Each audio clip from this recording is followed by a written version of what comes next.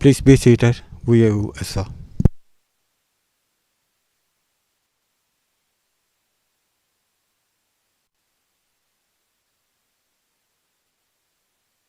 Yes, as I say, the next item is that of disclosure.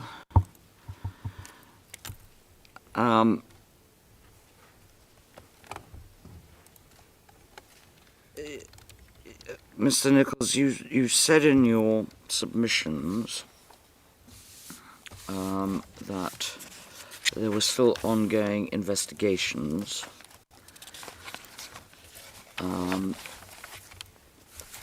Sorry, I'm just going to find it. Powers 22 to 23, Your Honor. Yes.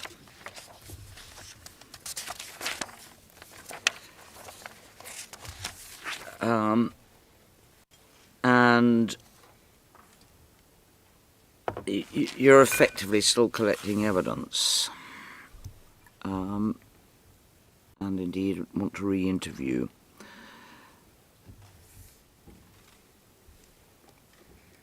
As I understand the matter, you have access to the Philippines. Could we maybe go into private session? Yes. Private session, please.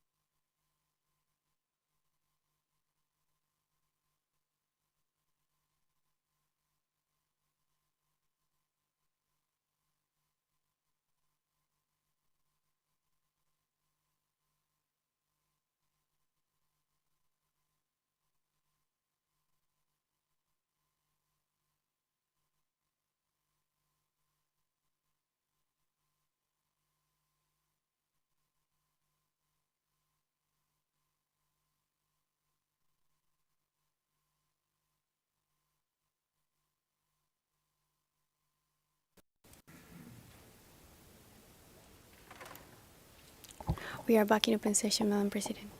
Yes, the second matter that has been raised by you is the question of adding new incidents, which the pre-trial chamber left open, and not surprisingly, the defence aren't very happy about that. I think we're going to have to give you a deadline in which, if you want to add new incidents, you're going to have to comply with that deadline, and it's likely to be when we'll give you the deadline for disclosure. Your Honor, our date we were going to propose was going to be the end of August.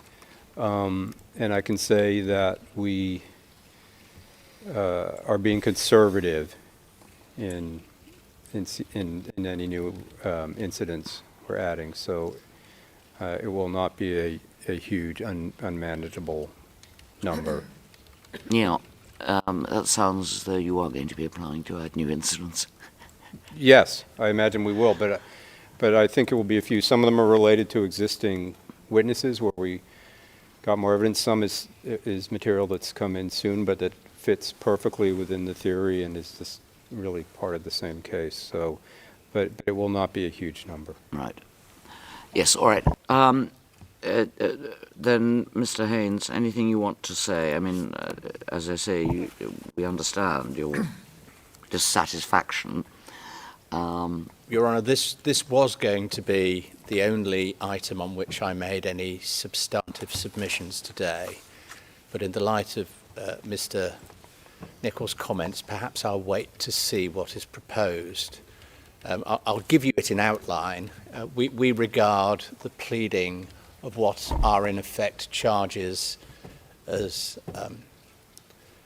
something else, instances or whatever, as a device to get round the fact that what is in fact being done here is extra charges are being added after committal, which of course would require a return to the pre-trial chamber under Article 61(9).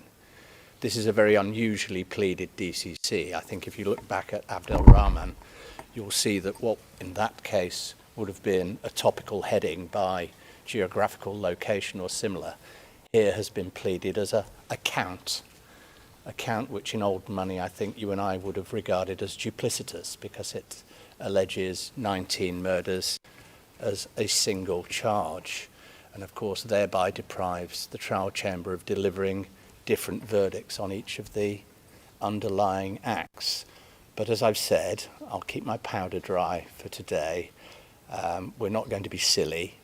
Our real concern is what the parameters of this trial are. If we are to investigate, say, even 50 plus episodes, then that's manageable. But if the suggestion is that we are, in effect, in a sort of public inquiry here, which spans 300,000 square kilometres and a nation of 120 million people over 7.5 years, then this trial really is going to get out of hand and our investigations will be impossible. Yeah, well, Mr. Haynes, that's fine. I mean, until such time as we see what the prosecution is proposing. I mean, your problem is that the pre-trial chamber specifically left it open. I suppose it's if you go back to the old days, it's like pleading a fraud with all sorts of different instances which are examples of the fraud. Yes. But anyhow, I'm sure that Mr. Nichols has heard what you're saying, and Mr. Nichols is fully aware that the trial chamber has every intention of this trial proceeding expeditiously. Thank you. Yeah, I'll speak to my friend when we have a chance, and I think I'll be able to put his mind at rest. Yeah. Yes. Thank you very much. Again, Mr. Masida, I don't think there's anything that affects you on that. Yes, or the registry.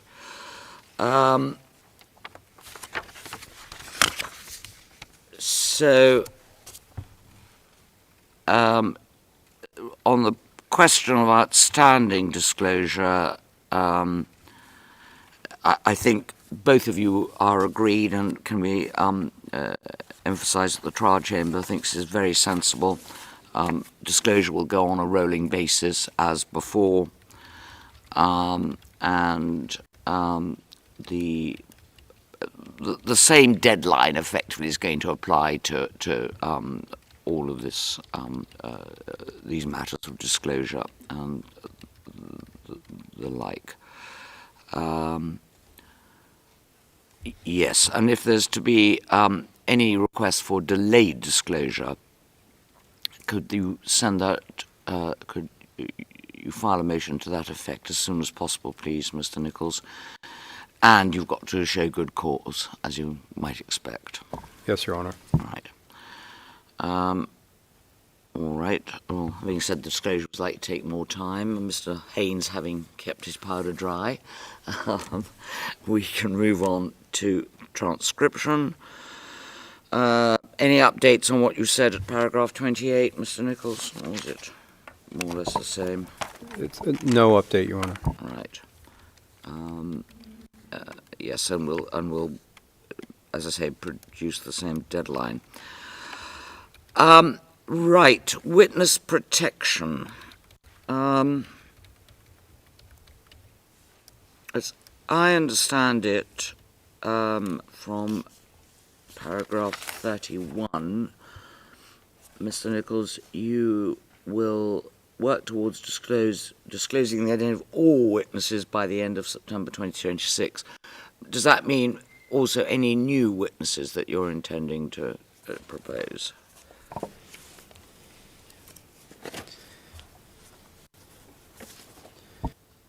Yes, Your Honor. Right. I mean, if you want to give any updates, it ought to be, I suppose, in private session. Yeah, no, I don't think any updates. It's just, as you said just a moment ago, if we need to apply for delayed disclosure of an identity, we'll do that Right. as soon as possible. All right. And if there are going to be any discussions about that or anything which needs to be ex parte, then we'll deal with that at the next status conference, or anything that needs to go into private session.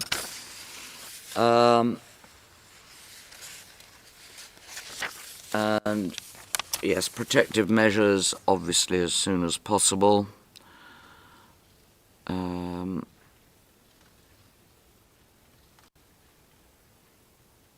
Actually, I think, nonetheless, we'll just briefly go into private session for a moment.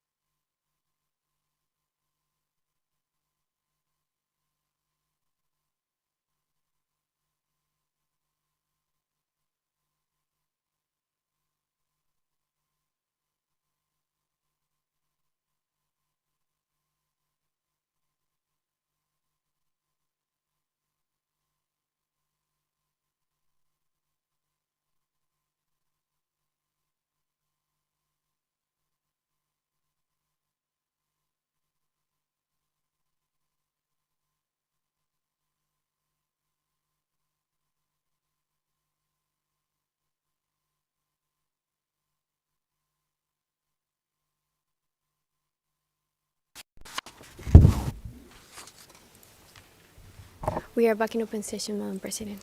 Thank you very much. A disclosure by the defence of any defences in accordance with Rule 7980, and at the moment I understand there are none. Is that right? Yes, I've never known how you could have an alibi to a JCE. No. Well, yes. In the conduct of proceedings, we'll deal with disclosure in respect of cross-examination of witnesses, disclosure which must be made in advance, but I don't think we need to do that. Right. Okay. Trial briefs, I think, was the next. Mr. Nichols, the OTP says it would 2 months before, I think, the start of trial. You say the 30th of September, if it happened to be the 30th of November. Yeah. And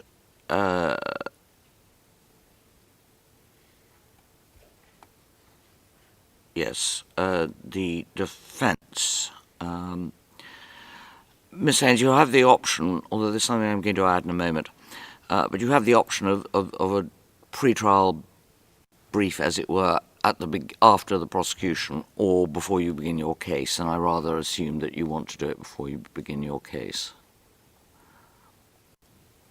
Well, whenever I deliver it, it'll say these are not crimes against humanity. You can have it now if you want. Well, thank you very much. But there is, however, there's an added extra thing that I want to say about ruling that I want to give about this, which won't surprise Mr. Nichols, nor I imagine you, Mr. Haynes, given your jurisdiction.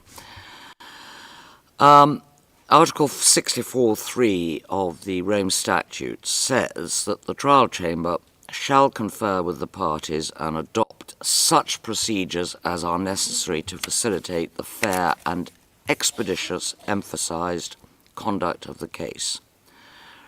Regulation 54, which deals with status conferences, the first status conference, says that the trial chamber may, in accordance with the statute and the rules, issue any order in the interests of justice for the purposes of the proceedings on, inter alia, the following issues. And two of the issues that are germane to this point are H, the issues that the parties propose to raise during the course of the trial, and P, the defences, if any, to be advanced by the accused.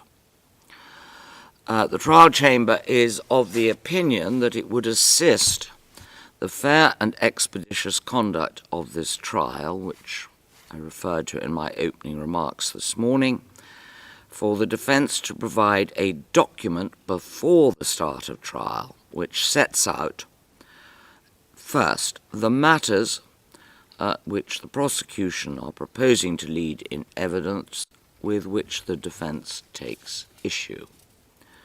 Second, sets out in general terms the nature of your defence, and that means going further than saying these are not crimes against humanity, Mr. Haynes. We do not expect you to provide the complete detail of the defence at that stage. The provision of this document does not preclude you from raising further issues at a later stage if those become evident to you in the course of investigations, nor does it encroach upon your right to file a pretrial brief. And we therefore propose to order you to provide this document 1 month before the start of trial. So is there anything you want to say about that? No, we'll comply with that, of course. Thank you very much. Yes. And then I think, unless there's anything... Oh, I'm sorry, Ms. Massidi, yes, as far as the victims are concerned, you may file a brief. I assume it will be before you, if you decide to call any evidence as to the views and concerns of the victims. Yes, Madam President, our position at the moment, we are still finalizing our internal discussions, but our position will be to file the pre-trial brief before the start of the trial. As it was yes. in the Abdallah Rahman case, again, if my recollection is okay this morning, I believe the prosecution filed 1 month after the LRV filed and then the defense filed in the Abdallah Rahman case. We are, of course, open at any order of the chamber. We will comply, no problem at all. Thank you. That's fine. I honestly can't remember. I rather thought that in the Ar-Rahman case that the defense filed before they started to call their evidence, but I may be wrong. I think, Your Honor, there was a choice for the opening statements.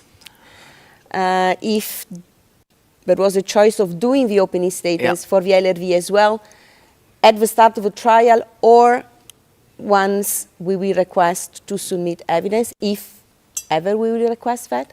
I think this was the option. Yeah. Well, I'll check that over. We're going to have a break before we deliver various oral rulings, and we'll check what that was. Thank you very much. Yeah. Pre-trial motions.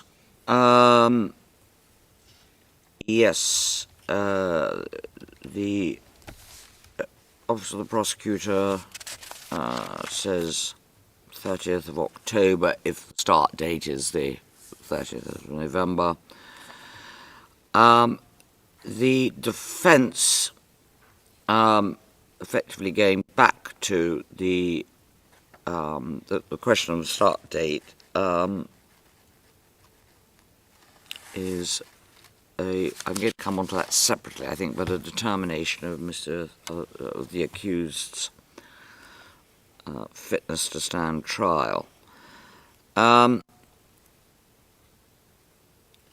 Yeah, I mean, do you want to say anything about deadline for the filing of motions? No, we'll comply with whatever order you make in that regard, Your Honour. Ms. Massidi, you're the same, are you? Same as well, Your Honour. Right, thank you. Okay, well, that brings us on to opening statements, which we've more or less had a discussion of it. We'll come back with the hours at that stage. On the question of victims' participation, yes, I think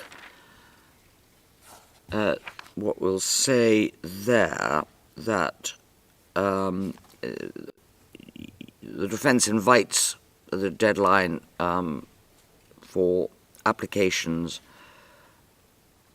by the victims to participate 30th of September 2026, and CLRV request until the end of the CLR case, or at least until the close of the prosecution's evidence. I think we're going to go, as we did in the Ar-Rahman case, say that it's going to be the end of the prosecution's evidence, unless there's any objection to that. Mr. Haynes. Perhaps a slightly different observation, and that is going back to the point that's still in the air, as it were, as to the parameters of the case as a whole. If this case does involve 49 incidents and 73 deceased, then even allowing for multiple dependents, one would expect the number of participating victims to be in the low hundreds and not the high thousands. And Ms. Gibson and I have had recent experience of the harm that can be done in admitting thousands of victims to participate in proceedings, only for them to find out in the reparations phase that none of them fall within the ambit of the convictions, if any. So I would hope there'd be some careful analysis on the part of those assessing these applications as to whether they fall within the ambit of this indictment as it is currently pleaded, because it's doing victims no favours to allow thousands and thousands of them to believe that they might receive compensation at the end of the day, when that is unlikely even at this stage. The other observation I would make, which comes from my experience in the Bemba case, is that multiple applications throughout the trial process overwhelm the defence, because we have to look at them and nobody else does. And we have to review them at a time when we're cross-examining other witnesses or presenting our own case. And so I would invite you to consider whether or not that, given the potentially relatively low number of victims who do qualify to participate in this case, whether that shouldn't be done before the trial starts. Right. Well, Ms. Masidi, yes, first of all, we are, and then I think I'll go to the registry. Thank you, Madam President. Just very briefly, I wanted to recall that at the request of a pretrial chamber, the prosecution indicated that the number of incidents are only indicative of victimizations, and they are not to be considered an exhaustive list of potential victims.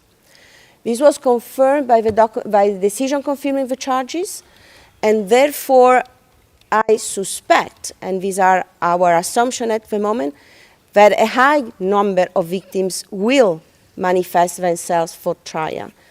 And our assessment is done by, of course, having contact with the affected communities. And we can already indicate that a number of victims already enter in contact with us to manifest their willingness to participate in this trial. Second, Your Honor, if the prosecution is going to add new incidents, then at that point in time, victims will need time, in any case, to continue to manifest themselves for trial.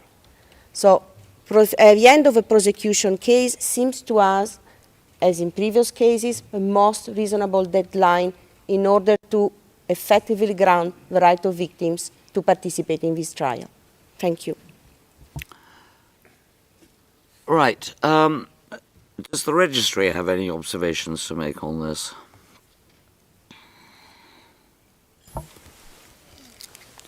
Mr. Dubuisson, we are completely in agreement with this position, which is also yours. I could also ask Mr. Ambach to give you extra information if you so require. Mr. Ambach, yeah. The only point I would have to add to what the legal representative has already submitted, which is also part of what we submitted in our own filing as to the scope of the case, is that the burden on the defense and the prosecutor in terms of the analysis of applications would be minimal if one were to follow the ABC approach that we have proposed to continue from pre-trial into trial, whereby only the unclear forms would come to the analysis of the parties and the final decision by the chamber, which, as we also submit, would be minimized to the later stages of trial, which was obviously also a part motivating our suggestion that one were to continue the possibility of victims to come forward until the end of the evidence hearing. Thank you. Right. Well, we certainly approve the ABC approach. I mean, I think that's now standard through all trial chambers. So, really, the submission of the registry and the victims represented, rather, is it should be the end of trial. Defence say cut-off date, and prosecution didn't say anything really, I suppose, on this. All right, it's one of the ones we'll give a ruling on when we've dealt with all other matters. Witness preparation. a lot of this will be dealt with, as I say, in the conduct of proceedings document, which we'll issue as soon as practicable. Yes, the prosecution can have the same witness preparation protocol as it had in Abdul Rahman. There is, and the adoption of the protocol is used for preparation, familiarization, and vulnerability will apply as well. However, there's one matter I want to mention because of what happened in the Al Rahman trial. The proceedings were delayed one morning because the witness who was due to appear that morning had requested during the 24-hour, if I can put it, quarantine period before they give evidence to speak to the office of the prosecutor because he had remembered something or wanted to change something, and that request was not transmitted until the morning that the witness was due to testify, when he did give new information, and as a result there was a delay.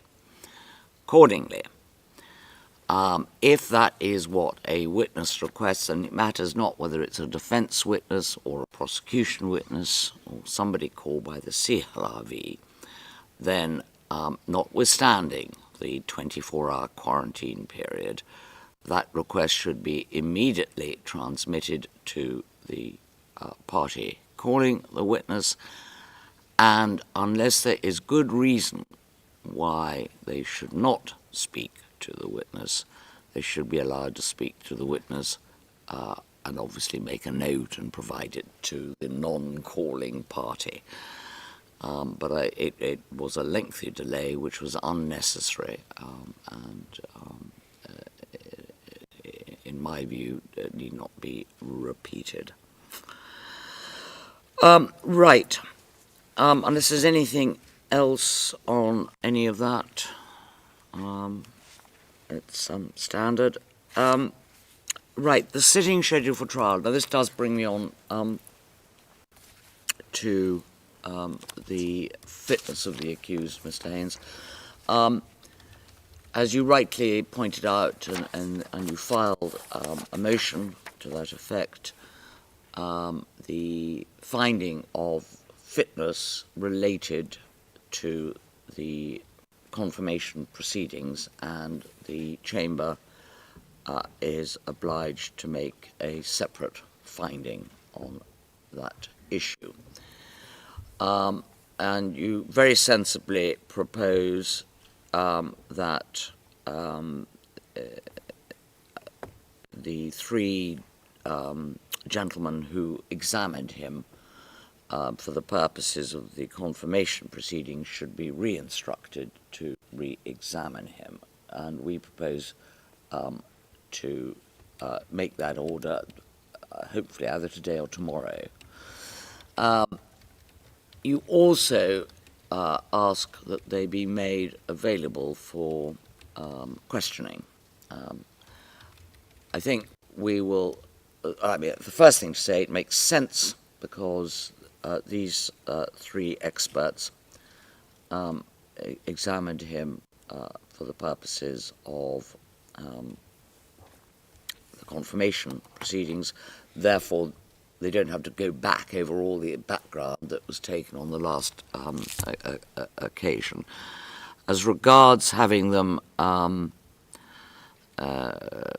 brought for any questioning by the parties, I rather think we'll wait and see what the reports say before we make such a decision. I agree, Your Honour. Thank you very much.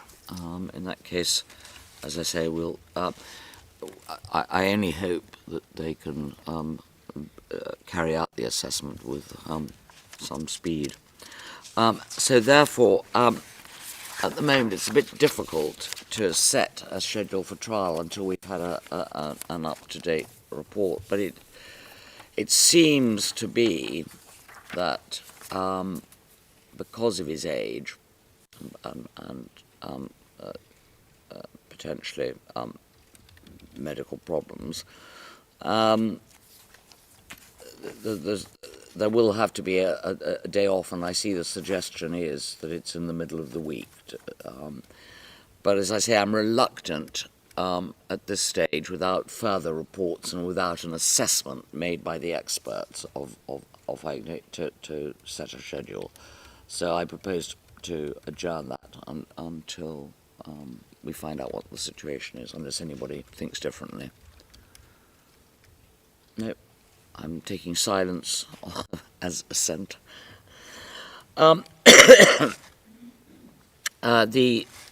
representatives of the victims finally want a secure and private remote room. I think you have to take that with the registry. I mean, if they can arrange that, that's fine by the trial chamber. It's not really a matter for us. The final matter was the suggestion by the prosecution of an alternate judge. I don't think that really is necessary. All right. Are there any other matters? We're going to adjourn, and I suppose we could try and do it before, just to go through the rulings we're going to make. Just give me a moment.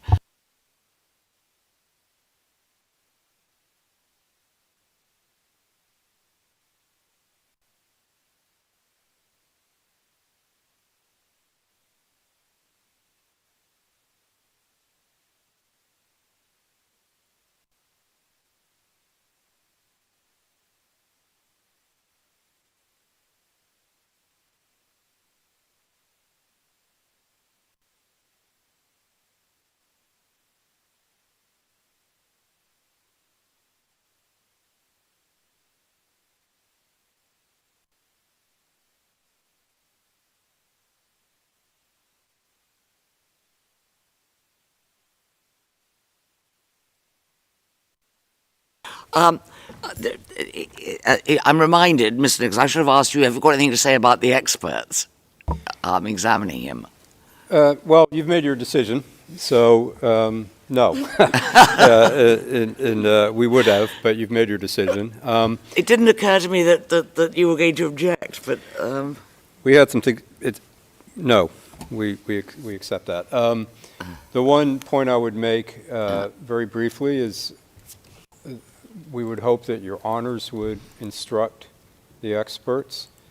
We would not agree with the defense's proposed letter of instruction in its entirety. Yeah, I forgot about that. Some of the points we feel we would take issue with, but so we think your honors should do the instruction according to the test from Strugar and Hadzic and Bagbo. And so I appreciate the trying to save time and be helpful, but we would not agree with this letter going as is. Yes, all right. All right. And in fact, quite rightly, of course, the people are going to be concerned with the registry. Is there anything you want to say on that, Mr. Dubuisson? No, Mr. Dubuisson. No, I believe that to find experts that are immediately available and who know the interested party, I think that this is the best solution. And today,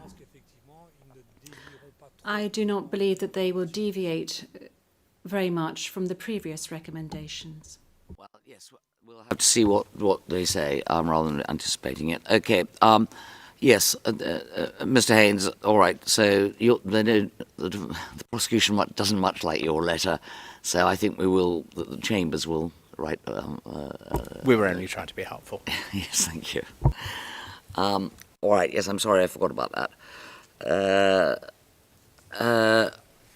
All right, what we can do is adjourn until 2 o'clock, just so that we can take time to consider the various matters being raised. Before I do that, however, can I just say one last thing, which really has no bearing or impact on the case or how it will be conducted, but for the purposes of transparency, knowing that there is public interest in this case, I should say, and this is myself speaking rather than on behalf of my fellow judges,